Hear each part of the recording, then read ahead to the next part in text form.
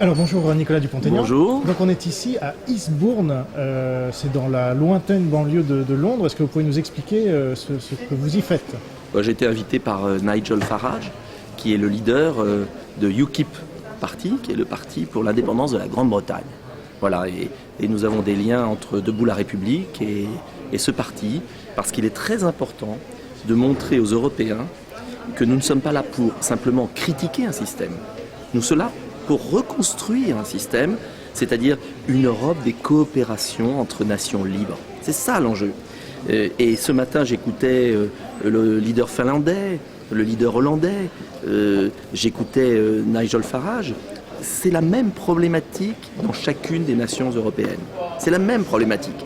Une problématique de démocratie, de liberté et de prospérité. C'est ça l'enjeu. Voilà pourquoi je suis ici. Avec des nuances nationales, évidemment. Bien sûr, mais s'il n'y avait pas de nuances nationales, ça voudrait dire qu'il n'y a pas de nation. Je ne suis pas toujours d'accord avec ce que propose Farage sur le plan intérieur, mais je n'ai pas à m'en occuper de ce qu'il propose. Justement, l'Angleterre est un pays libre qui veut le redevenir, et la France est un pays qui n'est plus du tout libre et qui veut totalement le redevenir. Alors est-ce que votre présence ici et la présence des autres représentants des partis signifie qu'il va y avoir une coalition à un moment ou à un autre? Une coordination, parce qu'une coalition, vous parlez là comme les supranationaux, une coordination pour retrouver notre liberté nationale et pour ensuite travailler ensemble sous forme de coopération de projets et à géométrie variable. On a fait Airbus sans la Commission et sans l'euro.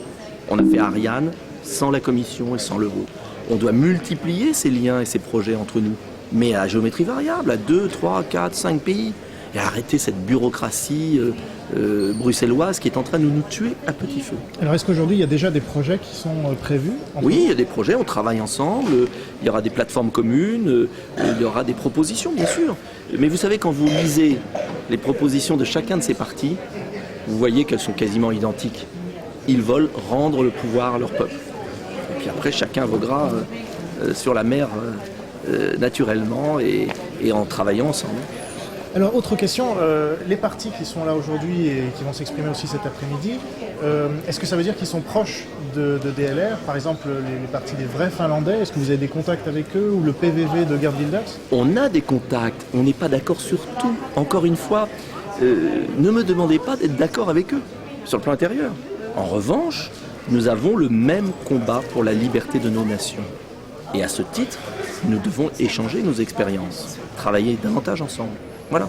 Est-ce qu'ils vont vous apporter leur soutien pour l'élection présidentielle? Mais je ne souhaite pas obligatoirement d'ailleurs, parce que c'est pas l'enjeu. Ils n'ont pas à se mêler des affaires de la France, que je sache. Je suis assez grand. Voilà, je suis attaché à la souveraineté de mon pays, à la liberté de mon peuple. Donc c'est pas pour demander à des partenaires extérieurs de faire ce que font les partenaires de l'UMP ou du Parti Socialiste. Moi je veux pas ça. En revanche, on peut travailler ensemble pour libérer nos pays et nos peuples. Alors, vous êtes gaulliste. Oui. De Gaulle a eu des relations ambivalentes avec l'Angleterre entre 1940 et après 58, c'était pas tout à fait la même chose, mais il restait toujours des frictions. Vous, comment est-ce que vous voyez les choses aujourd'hui? Mais non, mais De Gaulle avait tout compris. Il avait tout compris.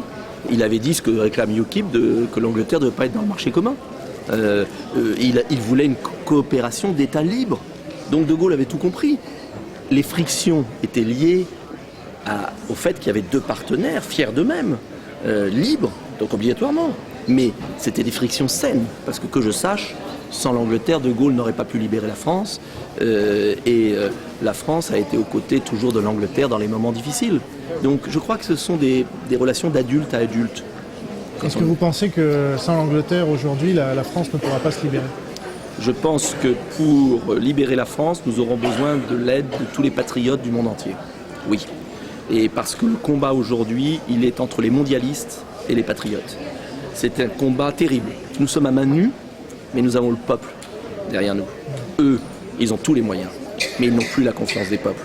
Donc je pense qu'à terme, c'est nous qui gagnerons, parce que souvenez-vous, de Gandhi à De Gaulle, ce sont toujours les peuples qui gagnent, même quand leurs leaders ou leurs libérateurs ont les mains nues et n'ont pas beaucoup de moyens. Alors tout l'enjeu, c'est de grossir, de se renforcer, de s'organiser, et c'est tout le sens de ma campagne présidentielle de 2012.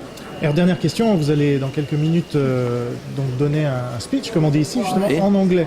Eh oui, c'est dur. Alors moi qui suis un francophone acharné, je le fais, j'ai hésité, mais je suis en Angleterre. Donc ça ne me choque pas de parler anglais. En revanche, je ne parlerai jamais anglais dans mon pays, en France, ou dans des autres pays étrangers, soyons clairs. Mais je trouve que là, c'est un élément de politesse, ils me reçoivent. Mon anglais ne sera pas parfait, mais c'est quand même plus simple pour qu'ils m'entendent et pour faire passer mon message. Mais encore une fois, attention, je m'exprime en anglais parce que je suis face à des Anglais. Et quand on est en France, on doit s'exprimer en français. Quand on est à Bruxelles, on doit s'exprimer en français parce que c'est la langue, aussi une des deux langues, comme aux Nations Unies. Donc je ne crois pas trahir mon esprit francophone. Bon speech alors. Eh bien, bon discours.